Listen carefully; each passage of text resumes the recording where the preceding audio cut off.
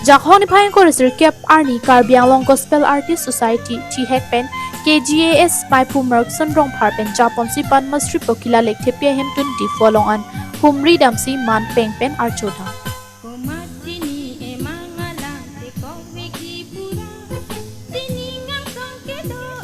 Padmashri Pokhila Lekthepi alangli India President Draupadi Murmu arideng pen kedamtang wo signifying koira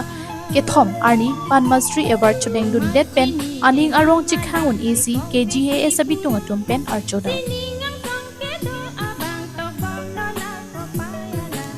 Ada porphai krisi malom pen Padmashri Pokhila Lekthepi hemtun an palesi Karbi poho mira bitung hei hui pen aman chipi ponsi Karbi Anglong Queen of Melody lun sepi Padmashri Pokhila Lekthepi kilun pona lunjer gospel mate arna malun Ijer lun cheto lun rap petsi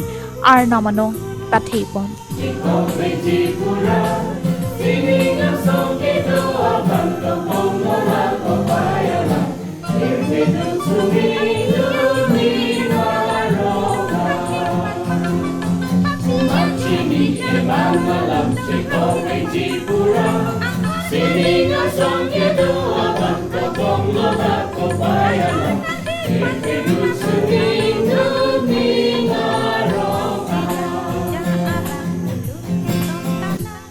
Jai Mekalong KGAS Jun Maipu Matthew Rongpi Kongchun Bang Monison Teron Prayer in Church Christina Ingtipi lapen lun hexer atum chetong dunsi karcho dam amai mesen pen pachun pon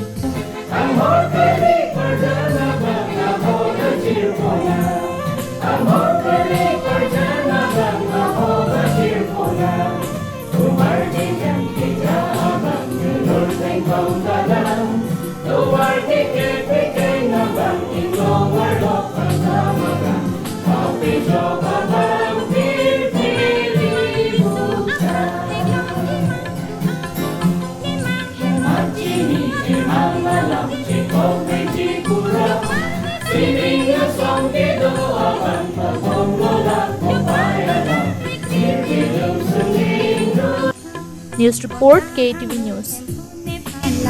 Karcho aphan